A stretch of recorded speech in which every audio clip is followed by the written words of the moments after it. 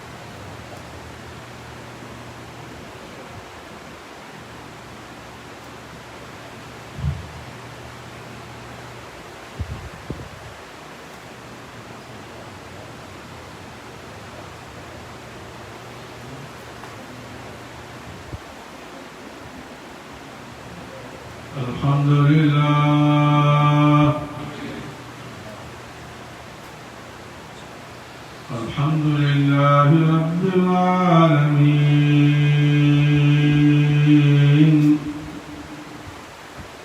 والصلاة والسلام على سيد المرسلين وعلى وأصحابه الطاهرين أجمعين. أما بعد، فأعوذ بالله من الشيطان الرجيم. بسم الله الرحمن الرحيم. ومن أحسن قولا ممن دعا إلى الله وعمل صالحا وقال إنني من المسلمين. ولا تستوي الحسنة ولا السيئة، ادفع بالتي هي أحسن، فإذا الذي بينك وبينه عداوة كأنه ولي حميم. وما يلقاها إلا الذين صبروا، وما يلقاها إلا ذو حظ عظيم.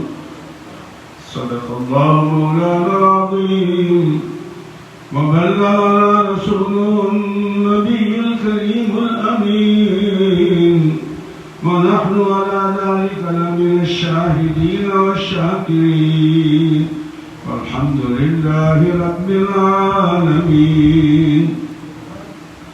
قال الله تبارك وتعالى في شأن حبيبه مخبرا وآمرا.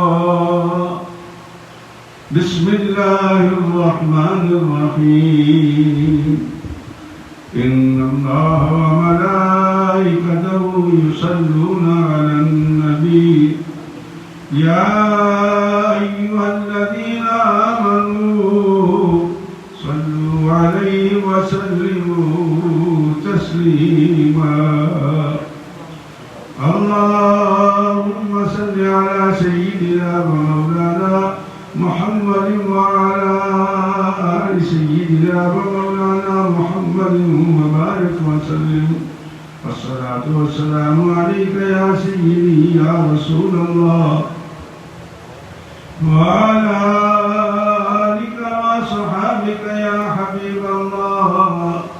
الصلاة الصلاة والسلام عليك يا سيدي يا رحمة للعالمين وعلى آلك وصحابك يا شفيع المذنبين. حمد و صلات کے بعد قرآن مجید کی سورہ فصلت اور اس کا دوسرا نام ہے سورہ حامیم سجدہ. اس کے دو مختلف نام لکھے ہوتے ہیں. بعض قرآن میں فصلت لکھا ہوتا ہے, بعد میں حامیم سجدہ ہوتا ہے. آیت نمبر 33, 34 اور 35, 33, 34, 35 تین آیات ہیں جو میں نے طرف کی آپ کی آسانی کے لیے. اگر آپ اس کو نکال کر پڑھیں گے, ترجمہ پڑھیں گے, تو آپ کو میری گفتگو یاد آئے گی انشاءاللہ. میں تو چاہتا تھا کہ حج کی فضیلت بیان کروں کیونکہ حج کئی بار آئے, اگر جو میں انشاءاللہ قربانی کے بارے میں کریں گے, لیکن وہ کر اس لیے نہیں رہا کہ حج ہو نہیں رہا. اگر میں آپ کو شوق دلاؤں اور نماز کے بعد آپ مجھے حضرت صاحب یہ بتائیں کہ حج کیسے کریں, تو میں تو آپ کو کچھ نہیں کہہ سکتا کیونکہ حج کر ہی نہیں سکتے, آپ بند کر دیا. اور جو لوکلی اجازت دی ہے اس میں بھی ہم جیسے بڈھوں کو نکال دیا ہے کہ جو 65 کی عمر ہے وہ حج کر ہی نہیں سکتا. تو لہٰذا میں آپ کا دل نہیں برا کرنا چاہتا نہ میں خفا کرنا چاہتا ہوں. تو آپ یہ سمجھ لیں کہ حج فرض ہے, اور یہ اسلام کے 5 بڑے رکنوں میں رکن ہے. اس کے بغیر اسلام کی بلڈنگ کمزور ہوتی ہے, گر پڑتی ہے. لیکن جو خوبصورت بات آپ آج بتا رہا ہوں یہ درویش ہی بتا سکتے ہیں, کیونکہ مولانا کتاب میں لکھی چیز بتاتے ہیں, جو چیزیں ہمارے دل میں آتی ہیں وہ بتا دیتے ہیں. مثلا 2 عمل ایسے ہیں, 2 ارکان ایسے ہیں, 2 رکن ایسے ہیں اسلام کے کہ وہ اگر آپ اہل ہوں گے تو آپ تو ہوں گے. مثلا زکوٰۃ ہے, آپ صاحب نصاب ہوں گے تو زکوٰۃ ہوگی, صاحب نصاب ہوں گے تو زکوٰۃ ہوگی. حج صاحب مال ہوں گے تو حج ہوگی. وَلِلَّهِ عَلَى النَّاسِ حِجُّ الْبَيْتِ مَنِ اسْتَطَاعَ إِلَيْهِ سَبِيلًا. صاحب استطاعت ہوں گے تو حج ہوگی. تو ایک بندہ ساری زندگی صاحب نصاب ہوا ہی نہیں, اس کی ایک بلڈنگ گئی, ایک مینار گیا اس کا, ایک ستون گیا اس کا, اور حج کے لیے پیسے آئے ہی نہیں تو حج ہوا ہی نہیں. تو وہ بھی گیا. تو مطلب 3 جب 2 کہہ جائیں گے تو باقی بلڈنگ کیسے قائم رہے گی؟ سوال پیدا ہوتا ہے. اب یہ جو جواب دے رہا ہوں یہ کتابوں میں نہیں لکھا ہوا, آپ کتابوں میں کیا کرتے ہیں, یہ درویشوں کے دل میں کرتی ہے. میں یہ کہتا ہوں کہ آپ اگر صاحب نصاب ہوئے تو زکوٰۃ آپ دیں گے, اور اگر آپ صاحب نصاب نہیں ہیں تو آپ زکوٰۃ لیں گے. زکوٰۃ دیں گے, زکوٰۃ لیں گے. ایک آدمی نہ دیتا ہے نہ لیتا ہے, میں لینا ہی نہیں, فوت ہو جاؤں گا, میں زکوٰۃ لینی نہیں, تو دیکھو کیا کام سے. تو اس کا جو میں آپ کو کہہ رہا ہوں کہ اگر تو آپ صاحب نصاب ہو گئے تو زکوٰۃ ہوگی, نہیں ہوا تو اللہ نے آپ کی زکوٰۃ لے کے آتی ہوگی بغیر کچھ کیے. کیونکہ وہ ستون تو نہیں گرانا اللہ نے, بلڈنگ کو کہاں رکھتی. صاحب نصاب صاحب مال ہوئے تو حج ہو گیا, اور اگر نہیں ہوئے تو ساری زندگی پیسہ ہے ہی نہیں. جب بیویوں نے بتایا تو سونا ہوتا ہے, لیکن نہیں ویسے ماشاء اللہ وہ خامد کو حج کے لیے نہیں دیتی سونا, دعائی خدا کی جھوٹ بولتی ہے اللہ ماشاء اللہ. کوئی ہوگی نیک خاتون جو زیور بیچ کے قابل سے نکال کے حج کرو, نہیں ان کے پاس سونا ہوتا ہے, ان کی زکوٰۃ ہے, خان میں نہیں ہوتی. خان تو بیچارہ غریب ہے. تو اگر تو پیسہ آ گیا تو حج کرے گا, اور اگر نہیں آیا تو حج ہو گئی. آپ کی حج کی کتنی زبردست بات ہے یہ. زکات دی نہیں ہوگی، حج کیا نہیں ہو گیا، کیونکہ آپ کے وہ جو سکون ہے نا، بنی الاسلام اور آقام سے شہادت لا الہ الا اللہ واقام الصلاۃ وآت الزکاۃ والحج وصوم رمضان، تو یہ 5 رکن ہیں، 5 ستون ہیں اسلام کے، تو 2 اللہ تعالیٰ نے ہمیں بغیر کچھ کیے مل جاتے ہیں بس۔ تو اس لیے بھائی حج کی توفیق ہو اور سعودیہ کھول دے۔ ویسے تو میرا تو دل یہ چاہتا تھا کہ یہ جو مکہ مدینہ ہے نا جی، یہ کسی ایک ملک کے تابع ہونا نہیں چاہیے، پورے اسلامی مملکت جتنی بھی اسلامی ملک ہیں ان کی ایک ٹیم ہونی چاہیے جو انتظام انسان کرے، کیونکہ پھر لاکن اسلامی ملک کے حصے میں پڑ جاتے ہیں سارے۔ مکہ مدینہ تو آزاد ہے، اس میں تو دجال نہیں آ سکتا، ٹھیک ہے۔ یہ لیکن بار یہ جو سیاسی باتیں ہو جاتی ہیں، پھر لوگ کہیں گے سیاسی کرتے ہیں، نہیں سیاسی نہیں کر رہا۔ حقیقت یہ ہے کہ مکہ مدینہ آزاد ہونا چاہیے اور تمام اسلامی ملکوں کی ٹیم ہونی چاہیے جو ان کو چلا، کسی ایک ملک کے تابع نہیں ہونا چاہیے سوچ۔ اب آگے چلتے ہیں، 3 آیات سورہ فصلت، یہاں بھی سجدہ، یہ شاید ربانی ہے۔ اللہ فرماتے ہیں وَمَنْ أَحْسَنُ قَوْلًا مِّمَّنْ دَعَا إِلَى اللَّهِ، اور اس آدمی سے سچی بات کسی ہو سکتی ہے، اس آدمی سے زیادہ سچی بات کس آدمی کی ہو سکتی ہے؟ مِّمَّنْ دَعَا إِلَى اللَّهِ، جو لوگوں کو اللہ کی طرف بلائے، وَعَمِلَ صَالِحًا، لیکن نیک کام بھی کرے، خالی بلانا نہیں۔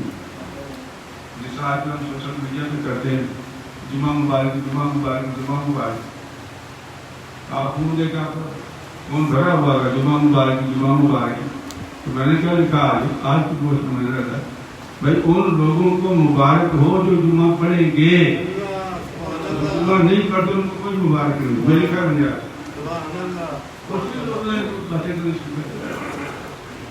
عجیب لوگ ہیں ہم لوگ، بھائی مبارک تو اس آدمی کو جس نے جمعہ پڑھنا ہے، جس سے پڑھنا ہی نہیں۔ لطیفہ کیا ہے؟ جس سے یہ لطیفہ رہا ہے کہ 2 رکعات جمعہ الوداع کے دن پڑھ لو ساری عمر کی نمازیں قضا ہو جائیں، یہ لطیفہ ہے، یہ بھی لطیفہ ہے۔ جمعے کا میسج بھیج دو، جمعے کا ثواب مل دو، بھائی جمعے کا ثواب نہیں ملتا، جمعہ پڑھنے سے ثواب ملے گا۔ جو جمعہ پڑھتا ہے اس کو مبارک، اور جو نہیں پڑھتا اس کو کوئی مبارک نہیں۔ وہ شیطانی کر رہا ہے، واقعہ مذاق کر رہا ہے۔ اس لیے اذان دے کے، یہ اذان بھی ہے، مفسرین نے یہ حکم عام ہے، لیکن مفسرین اور محدثین نے اس آیت کے ضمن میں مؤذن کی شان بیان کی۔ لو سن لو، اس آیت کے ضمن میں مؤذن کی شان بیان کی ہے۔ وہ کہتے ہیں کہ وَمَنْ أَحْسَنُ قَوْلًا مِّمَّنْ دَعَا إِلَى اللَّهِ، اس بندے سے زیادہ سچی بات کس کی ہو سکتی ہے جو لوگوں کو اللہ کی طرف بلائے۔ اللہ کی طرف کون بلاتا ہے؟ مؤذن۔ پھر آگے کیا فرمایا کہ اذان پڑھ کے مسجد کو آگ نہ جائے گا، اذان پڑھ کے کسی صاحب جا بیٹھے پہلے سمجھے۔ سرکار عالم صلی اللہ علیہ وسلم کہتے ہیں اگر لوگوں کو پتہ چل جائے نا کہ اذان پڑھنے کا ثواب کیا ہے اور پہلی صف میں بیٹھنے کا ثواب کیا ہے، پتہ چل جائے لوگوں کو، پتہ نہیں کرنا چاہتے لوگ، پتہ چل جائے تو فرمایا پھر قرآن اندازی ہو کہ اذان میں پڑھوں گا اور قاری صاحب میں بیٹھوں، قرآن اندازی ہو۔ اذان یہ کسی بڑی دیکھی ہے، اللہ اکبر۔ میں تو آج صبح احادیث مبارکہ کھولی تھی، پڑھ کے حیران ہو گیا۔ ہم نے ایک امام صاحب تھے ہمارے اس مسجد میں، ہم نے کہتے آئے تھے کہ اللہ ولی کرام میں پاک ہوتے ہیں، تو وہ تشریف لائے یہاں پر، تو میں نے بیٹھا ہوا تھا یہاں، میں نے کہا حضور وہ اذان پڑھ دیں گا، میں اپنے مولوی کی بات سنا رہا ہوں، آپ کی سنا رہا ہوں نا، آپ ناراض ہو جاتے ہیں. تو امام صاحب کہتے ہیں جی مفتی صاحب آپ نے یہ امام رکھا ہے یا مؤذن رکھا ہے؟ کیا کہا انہوں نے مجھے؟ آپ نے مجھے امام رکھا ہے یا مؤذن رکھا ہے؟ میں نے کہا حضور آپ امام ہیں، چلو کوئی بات نہیں میں مؤذن بن جاتا ہوں. تو میں نے اٹھ کے گانا پڑھ دی. سرکار دو عالم کا فرماتے ہیں کہ لوگوں کو اگر پتہ چل جائے کہ اذان پڑھنے کا اجر کیا ہے، اور یہ پتہ چل جائے کہ پہلی صف میں بیٹھنے کا اجر کیا ہے، تو فرمایا قرآن نصیب ہو. اس سے معلوم یہ ہوا کہ مؤذن اذان پڑھ کے کسی صف میں نہیں بیٹھ سکتا، پہلی صف میں بیٹھ سکتا. اور جو لوگ جیسے جیسے تشریف لاتے ہیں، کئی بندے نا اللہ کے بڑے اللہ کے لال ہیں، وہ اللہ کو نیکوں کو گرفتار ہے، لیکن سرکار کا فرمان بھی تو سامنے ہے کہ وہ آتے پہلے ہیں لیکن بیٹھیں گے پیچھے. کیا کرتے ہیں وہ؟ آنے کے پہلے بیٹھیں گے پیچھے. نکلنا چاہیے، پہلے آئے اور پہلے بیٹھو تاکہ آپ کو اجر ملے. تو فرمایا کہ اس سے بڑا اجر کسی کا نہیں ہے کہ جو اذان اللہ کے رضا کے پڑھتا ہے. پھر فرمایا سرکار نے کہ 7 سال یہ اعتماد کی بات ہے، اور سیاستہ کی جو نہیں ہے سموچا بھی دے دوں گا. 7 سال اگر بندہ اپنے شوق سے اپنی محبت سے مسجد میں اذان پڑھتا رہے، اللہ پاک کہتے ہیں کہ اس کی جہنم سے دوری واجب ہوگی. 7 سال شوق سے، مجبوری سے نہیں. اور اس سے مؤذن سے بڑا خوش نصیب کون ہوگا جس کو روٹی بھی ملے اور مزے اذان بھی دے. اللہ کی اذان اللہ کی اذان نہیں پڑے تو باقی تو بھائی ہر بندہ فیس لیتا ہے. ہم تو یہاں خوش نصیب لوگ ہیں، ہمارے سے بڑے تو یہاں اللہ سے بڑا علاج ہوتا ہے. پاکستان میں کہتے پہلے پیسے رکھو پھر علاج کریں گے. تو مؤذن کا بھی ریٹ ہوتا ہے، کیا خیال ہے؟ امام کا بھی ہوتا ہے نہیں. وہ کہتے ہیں کہ امام کو فرشتہ ہونا چاہیے، امام کچھ نہ مانگے، نہ اللہ واسطے کام کرے، مؤذن اللہ واسطے کام کرے. یہ تو سب کچھ ہمارے لیے ہے. اور اگر بیچارہ کسی سے کوئی شاید لے مجھے پیسے لیتے ہیں دین کے دین بیچتے ہیں. تو بھائی پیٹ میں لگا ہوا ہے، سب کے ہاتھ لگا ہوا ہے.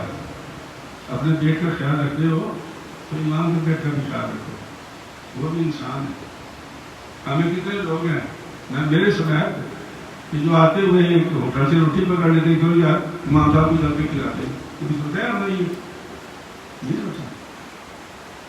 مسجد کے مسافر جو ہم آپ سے چندہ لیتے ہیں یہ مسجد کا، تو آپ تو کہتے ہوں گے یار یہ ڈبہ آگے کر دیتے ہیں. ہم آگے نہیں کرتے، بجلی چلتی ہے، پکے چلتے ہیں، اے سی چلتا ہے. بجلی مطلب ہے کہ پانی آتا ہے، پانی کا بل آتے ہیں نا. اگر گھر کے دیکھو تو مسجد میں کون دے گا؟ ہم تو دیں گے، وہ ہمارے پر بوجھ ہوتا ہے. لیکن گھر کی جتنے اخراجات ہیں وہ بوجھ نہیں ہے. جس طرح ہم نے یہ بات سوچ لی نا کہ جتنا حق ہمارے گھروں کا ہمارے اوپر ہے اتنا حق اللہ کے گھر کا بھی ہے ہمارے اوپر. تو یقین کریں ہماری زندگی آسان ہو جائے گی. اسی لیے میرے شاہ صاحب ہم تو فرمایا کرتے تھے کہ ہم اللہ کو اپنے جیسا نہیں سمجھتے. ہم اللہ کو اپنے جیسا نہیں سمجھتے. کیوں؟ فرمایا کہ جب کوئی مہمان آ جائے تو اس کے لیے بزرگ مسلم پکاتے ہیں، اور کوئی غریب درویش مانگنے آ جائے تو ہم سوکھی روٹی نکال کے اسے دیتے ہیں، جاٹا دے دیتے رہے بھی اللہ واسطے. کہ جو اللہ واسطے ہے سوکھی روٹی آٹے کی مٹھی. اور دوست کوئی آ جائے، مہمان آ جائے تو مرغ مسلم، تو گویا کہ ہم نے خدا کو اپنے جیسا بھی نہیں سمجھا. کاش ہم خدا کو اپنے برابر ہی سمجھ لیتے. جیسا کل ایک دوست کہہ رہا تھا کہ اللہ سے مانگے یا اللہ میں نے پلازا بنانا ہے مجھے کروڑوں دے دے، یا اللہ میں نے فیکٹری بنانی ہے مجھے اربوں دے دے. دعا مانگ کے مسجد سے باہر نکلا، فیکٹری کی دعا کی کاروبار کی باہر نکل بھرتی کھڑا رہا ہے. اسی کا بابا اللہ واسطے دے دو. تو ہم جیب میں دیکھتے کہ ٹھنڈی ہے سمجھ نہیں آتی, نہیں تو پھر 1 روپیہ نکال کے اسے دے دیں گے. پھر ہم تو نہیں کرتے, یہ وہاں پہ نہیں ہے, پکڑنے کی بات ہے. یہ انڈیا بنگلہ دیش میں ہے, خود تو کروڑوں مانگ رہا ہے یہاں اللہ سے, اور اللہ کے نام پہ دینے کے لیے 1 چوہنی نکال رہا ہے, 1 روپیہ نکال رہا ہے. جس طرح ہمیں یہ سمجھ آ گئی نا کہ نہیں, اللہ سب سے اونچا ہے, اللہ بڑا ہے, اللہ اکبر, اس طرح ہمیں دین کی سمجھ بھی آ جائے گی. ہم تو اپنی زندگی میں اللہ کو نعوذ باللہ سیکنڈ سٹیزن نہیں سمجھتے, فرسٹ سٹیزن تو بڑی دور کی بات ہے. تو اللہ کی رضا کے لیے جب بھی آپ کام کریں گے یقین کرو اس کا اجر بہت بڑا ہے. اور وہ کیا ہے کہ 7 سال جس بندے نے اللہ کی رضا کے لیے آسان پڑی بہت ہو گیا. اللہ فرماتے ہیں کہ جہنم سے دوری میں نے اس نے دیکھی. یہ سرکار ہمارے بخاری میں بھی ہے. حضرت عبداللہ بن عمر رضی اللہ عنہ پوچھا گیا کہ حضرت جی مؤذن کو اذان کیسے دینی چاہیے؟ فرمایا جتنا ماں سے دودھ پلایا نا پورا زور لگا کے پڑے, جتنا اسے ماں نے دودھ پلایا نا اس کا حق ادا کرے, اذان کو زور سے پڑھے, روئے نا اذان پڑھتے ہوئے. آپ کا سپیکر آ گیا نا عزت رہ جاتی بندے کی, مگر حضرت بلال کو سرکار دو عالم نے مینارے پہ کیوں کھڑا کیا تھا؟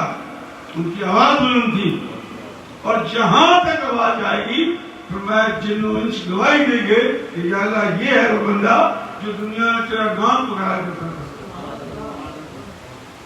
سرکار نے کہا فرمایا جب میری امت آئے گی نا حشر میں تو فرمایا مؤذن بھی آئیں گے, امام بھی آئیں گے, لیکن ان میں گردنیں کچھ لوگوں کی لمبی ہوگی, اونچی ہوگی, ان کے سر اونچے ہوں گے, ہمارے سر ہوں گے, ان کی گردن ہوگی. صحابہ نے یا رسول اللہ یہ کیسا ممکن ہے؟ سرکار نے فرمایا ہاں ممکن ہے.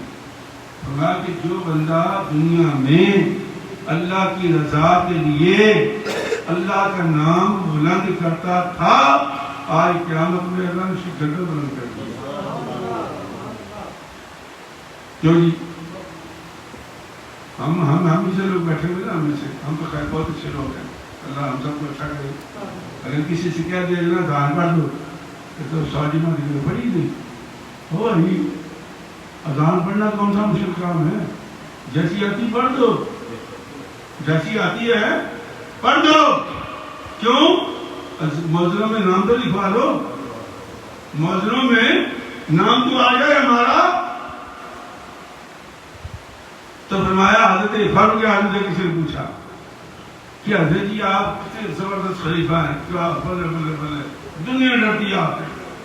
اگر آپ یہ پوچھا جائے بارے خلافت کے علاوہ کون سا ایسا کام ہے جسے آپ کرنا پسند کریں گے؟ فرمایا اذان پڑھنا. کیا فرمایا؟ اذان پڑھنا. تو پوچھا کیوں؟ کافی کا ختم نہیں ہوگی. خلافت 22 لاکھ روپے میں فتح کرنے والا انسان کیا تمنا کر رہا ہے کہ بارے خلافت کے علاوہ اگر مجھ سے یہ پوچھا جائے کہ میں کون سا کام کروں تو میں اذان پڑھنا چاہتا ہوں. اذان کی اتنی شان ہے جس سے ہم بھاگتے ہیں. حضرت امام احمد بن حنبل رحمۃ اللہ علیہ کے ساتھ روز لوہار رہتا تھا, ٹھک ٹھک ٹھک ٹھک ٹھک لگا رہتا تھا. لیکن جیسی مسجد اذان کی آواز بلند ہوتی اس کا دھوڑا رک جاتا, اس کا دھوڑا رک جاتا, آواز نہیں آتی تھی.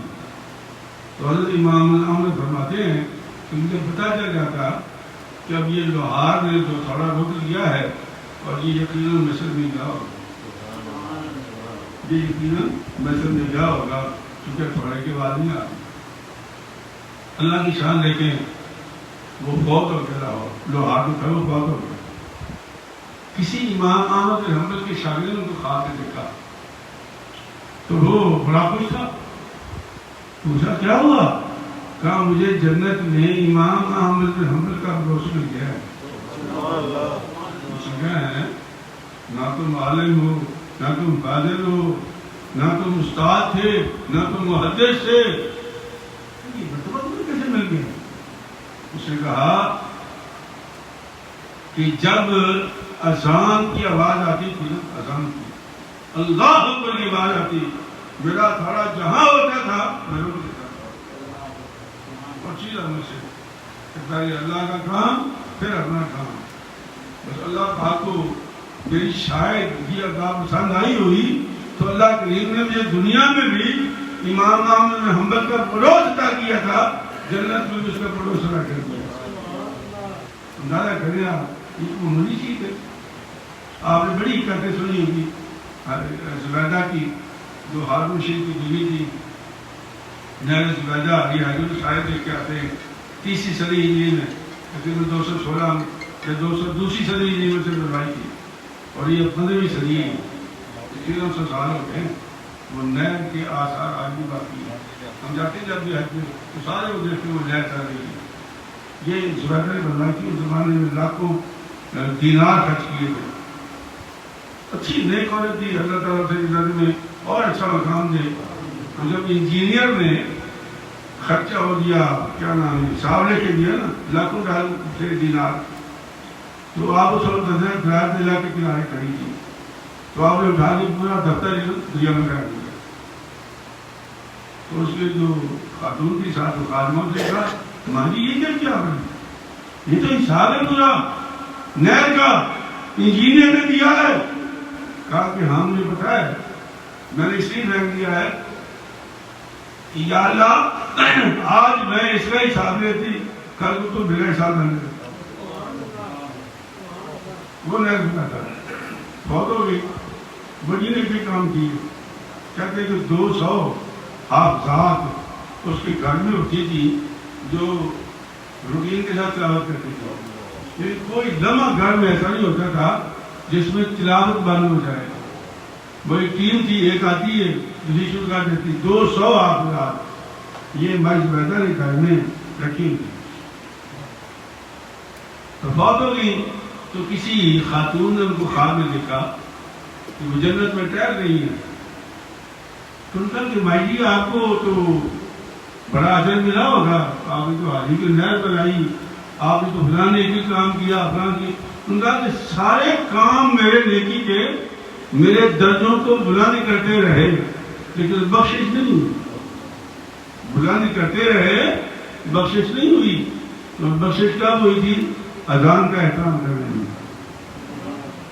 رفع حاجت کی باہر گئی، اس زمانے میں باہر جاتے تھے، گھر میں تو ہوتی نہیں تھی. تو باہر گئی تو اذان مؤذن شروع ہو گئی، لوٹا نیچے رکھ دیا، 10 بجے کھڑی ہو گئی، اذان کا جواب دیا، دعا پڑھی، اس کے بعد اپنا رفع حاجت میں چلی گئی. تو اللہ کریم کو یہ ادا ان کی پسند آ گئی کہ تم نے اذان کا احترام کیا، آج جنت میں ہم تمہارا استقبال کر رہے ہیں. بخشش اور ہے، درجات کی بلندی اور ہے.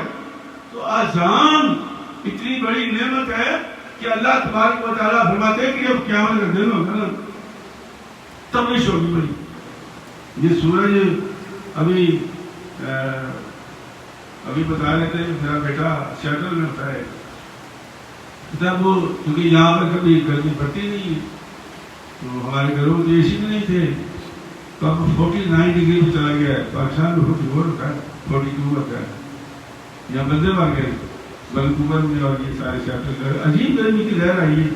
اے سی بالکل نہیں رہا، کاچا پہن کے بجلی بند. تو میں نے کہا یار چوتھے آسمان میں یہ سورج ہے اور اس کی تبش اتنی ہے کہ میں کانچا پہنا کے دوڑا دیا اسے. اور کیا حال ہوگا جب یہ سورج سوے نیزے پر ہوگا، پھر کیا حال ہوگا. سرکار بار نے فرمایا کہ جب سورج سوا نیزے پر ہوگا لوگوں کی کیا حالت ہوگی. 3 ایسے لوگ ہوں گے جن کو کچھ پرواہ نہیں ہوگی کہ گرمی کیا ہوتی ہے. صحابہ ہمت انگوش ہو گئے.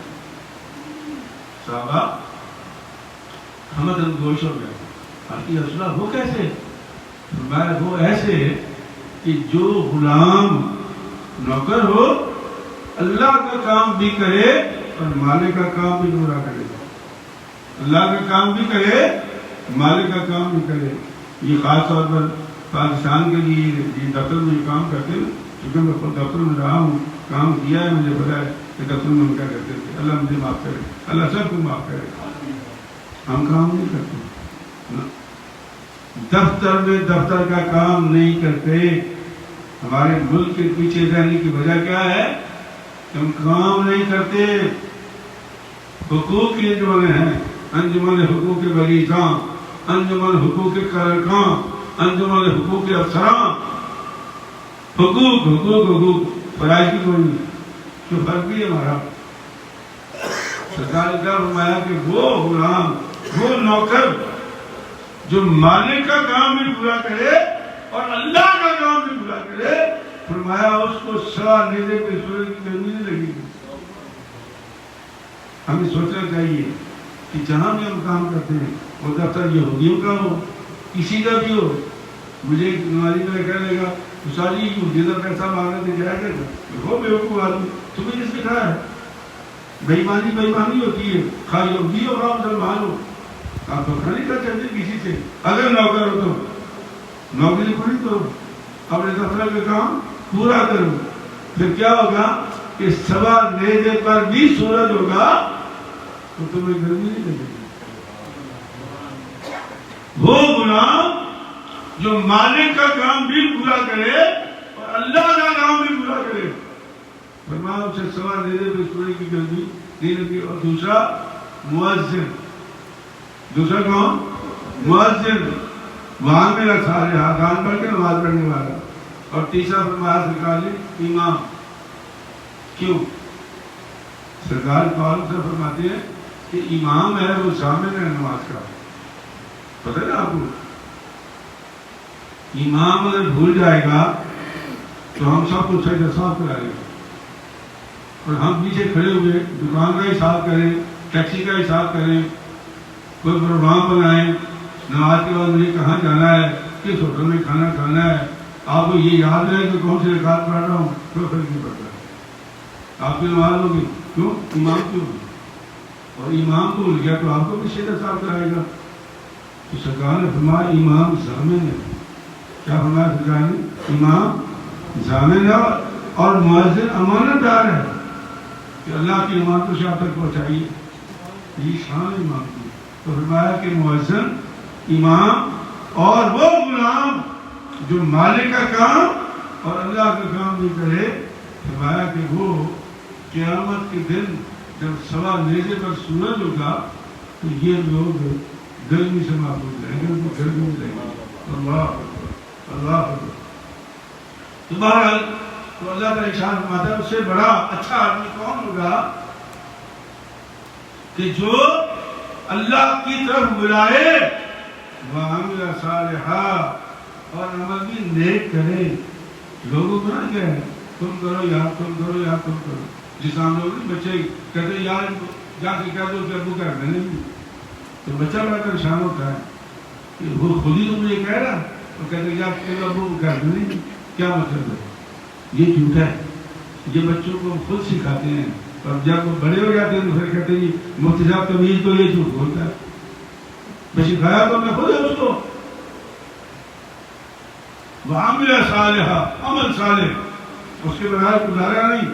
وَقَالَ إِنَّنِي مِنَ الْمُسْلِمِينَ، اور اللہ میں یہ جو کام کر رہا ہوں میں مانتا بھی ہوں۔ مسلمان کو کیا ہے؟ ماننے والا۔ اذ قال له ربه اسلم قال اسلمت لرب العالمین، جب کہا جائے کہ گردن جھکا دے تو مسلمان کا کام یہ کہ گردن جھکا دے، اب وہ مومن ہو جائے گا۔ تو فرمایا اللہ کی باتیں ہیں۔ اچھا بڑی عجیب بات ہے، اللہ فرماتا ہے وَلَا تَسْتَوِي الْحَسَنَةُ وَلَا السَّيِّئَةُ، یہ برائی اور اچھائی ایک جیسی نہیں ہوتی، اور یہ سارے ٹھیک ہیں، کہتے ٹھیک ہے اور ٹھیک ہی کہتے ہوں گے، جو غلط ہے وہ غلط ہے۔ اور مرزا جونیئر جیل میں جو ہے وہ جو شاید میں کسی کرتا رہتا ہے سارا دن. آپ نے دیکھا ہی ہوگا نا. وہ میں تو بڑا خوش ہوتا ہوں. مجھے لوگ کہتے ہیں مفتی صاحب اس کے بارے میں بتائیں. میں کہتا ہوں یار وہ اچھا کام کر رہا ہے. کہیں کیا اچھا کر رہا ہے؟ میں کہا وہ گندے انڈے سب کر رہا ہے ہمارے نکال رہا ہے. پتہ نہیں کب سے اہل سنت والجماعت ہم اہل سنت والجماعت سارے دنیا پتہ نہیں کب سے کتنے فرقے آئے نکل گئے. قادیانی کو بڑا زور تھا زمانے میں. میرے بچوں کے زمانے میں غلام محمد پرویز نام کا ایک بندہ بڑا مشہور تھا. میں بھی جاتا تھا سائیکل پہ اس کی تمیز سننے کے لیے. بڑا مشہور تھا. بڑی دنیا پیچھے لگا لی. 17 کے پیچھے لگ گئے تھے لیکن ختم ہو گیا. ہاں پھر بھی زندہ ہے کہ بدل سے. یہ جو لوگ آتے جاتے رہتے نا یہ کرتے کیا ہیں؟ اب وہ کہتا ہے کہ میرا جو فرقہ ہے وہ ہے نہ سنی نہ وہابی. میں ہوں علمی کتابی. یہ نیا فرقہ ہے علمی کتابی. کون سا علم بھائی؟ کون سی کتاب؟ کتاب اللہ کی. اس کی ساری تفسیریں سن لو. قرآن نہیں پڑھے گا کبھی حدیث پڑھے گا. جو لکھ دیتا ہوں آپ کو چیک کر لیں آپ. کیونکہ حدیث میں اس کو موقع مل جاتا ہے. حدیثیں موضوع بھی ہیں, حدیثیں سچی بھی ہیں, حدیثیں جھوٹی بھی ہیں. اگر میں آپ کے امام صاحب ہوں, اپنی شہرت بنا لوں اور میں کہوں گا کہ یہ نبی کی حدیث ہے, آپ کہیں گے مفتی صاحب نے بتایا اور میں تو جھوٹ بول رہا ہوں. آپ کو کیا پتا کہ میں کیا کر رہا تھا؟ اس لیے بزرگوں نے حدیث کو پرکھنے کے لیے علم بنائے. روایت اور قرائت کا علم ہے. جب تک وہ آپ نہیں پڑھیں گے اس وقت تک آپ نہیں جانتے. خالی ترجمے پڑھ کے اگر آپ مدرس معلم بن جاتے تو پھر موجود آ گئی تھی. میرے مطلب کہنے کی یہ نا تو یہ باتیں ہیں. تو یہ جو مرزا جیل بھی ہے نا اس کی فکر نہ یہ کریں آپ, بلکہ کیا کریں کہ خدا کے شکر ادا کریں. امام ابو حنیفہ کی زبان میں جب ان کی بات سے ایک آدمی آپ کے زمانے میں ایک بندے نے نبوت کا دعویٰ کر دیا امام صاحب کے زمانے میں. ان کے بعد نہیں لوگ بڑے پریشان ہوئے. لوگوں نے جانا شروع کر دیا, اس کی باتیں سننی شروع کر دی. تو کسی نے امام صاحب سے کہا امام صاحب آپ کمال بندے اتنے بڑے آپ امام ہیں اور وہ اس نے نبوت کا دعویٰ کر دیا, آپ چلیں اس سے بات کریں. تو آپ نے بتایا مجھے یہ بتاؤ کہ وہ سچا نبی ہے کہنے کی جھوٹا نبی ہے.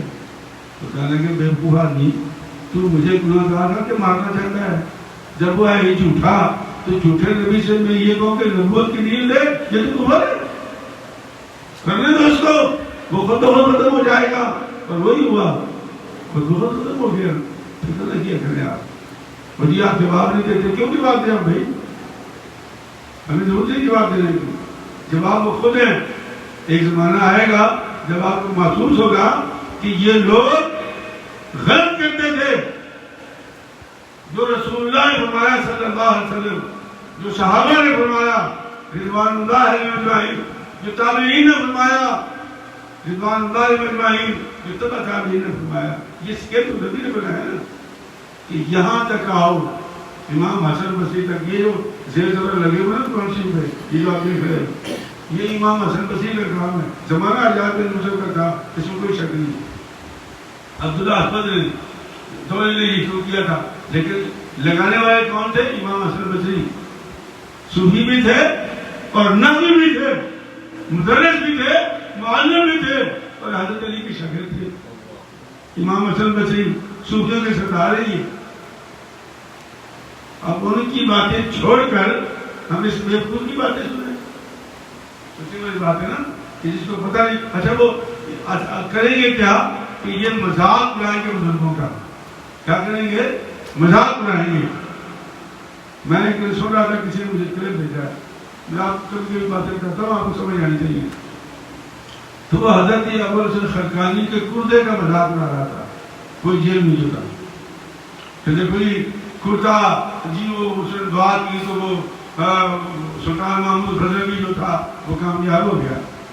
تو میں ہنس پڑا, میں کہ اس بیوقوف کو قرآن پڑھاؤ, پہلے اس بیوقوف کو قرآن پڑھاؤ. حضرت یعقوب علیہ السلام اللہ کے نبی تھے. کیا کہہ رہا ہوں میں؟ یہ قرآن ہے, جیلمی کی باتیں نہیں, قرآن ہے اللہ کا. حضرت یعقوب علیہ السلام اللہ کے نبی تھے, نبی نہ ہو گئے. حضرت یوسف علیہ السلام کو جب پتا چلا کہ میرا والد نابینا ہو گیا ہے تو آپ نے کیا کہ اپنا کرتا اتارا.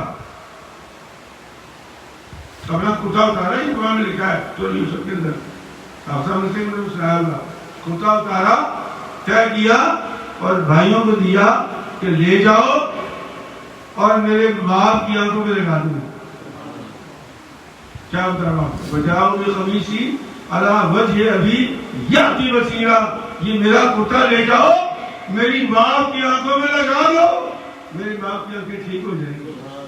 اور میرے قرآن بھی تو کیا سمجھتا ہے کرتے کی شان کیا ہے؟ تو قرآن میں لکھا ہے نا کرتا کیا ہوتا ہے. کرتا تو آپریشن تھیٹر تو نہیں تھا. حضرت یوسف علیہ السلام نے کرتا بھیجا بنا ڈال کے تو نبی کی آنکھیں ٹھیک ہو گئی. یہ کرتے کا کمال ہے، لیکن یہ آنکھ والوں کو نظر آئے گا، دل کو نظر نہیں آئے گا، وہ تو مذاق اڑائیں گے، جتنے کریں گے. تو اللہ فرماتے ہیں وَلَا تَسْتَوِي الْحَسَنَةُ وَلَا السَّيِّئَةُ ادْفَعْ بِالَّتِي هِيَ أَحْسَنُ. اگر برائی روکنی بھی پڑے نا تو تم اچھائی سے روکو. اگر برائی روکنی پڑے تو اچھائی سے روکو. اس میں بڑی حدیثیں ہیں لیکن وہ ٹائم میرا ختم ہو رہا ہے تو میں ترجمہ کر دوں آگے. اللہ فرماتا ہے کہ اگر تم نے یہ کام کر دیا کہ برائی کو اچھائی سے بدلا، برائی کر رہا ہے تم اچھائی کرو، وہ توڑ رہا ہے تم جوڑو.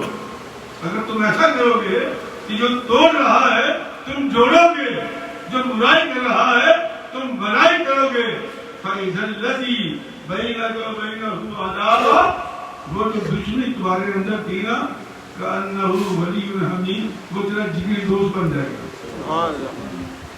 اللہ فرما رہا ہے، طریقہ بھی بتا رہا ہے جگری دوست بنانے کا طریقہ کیا ہے کہ کوئی برائی کرے اچھائی کرو اس کے ساتھ اور اس کی برائی کو اچھائی سے بدلو. برائی کا بدلہ برائی سے نہ دو. میرے دوستو، میرے بھائیوں، یہ اللہ کا قرآن ہے. بڑی چیزیں لے کر لاتا ہوں، دل کرتا رہوں لیکن وہ ٹائم ختم ہو جاتا ہے. تو اللہ تبارک و تعالیٰ نے یہ سمجھنے کی توفیق عطا فرمائے اور اللہ تبارک و تعالیٰ ہمارے سارے کی توفیق عطا فرمائے. جو فوت ہو گئے ان کے لیے مغفرت کی دعا ہے اور جو بیمار ہیں ان کے لیے شفا کی دعا ہے. وآخر دعوانا الحمدللہ رب العالمین. سنتیں ادا فرمائے.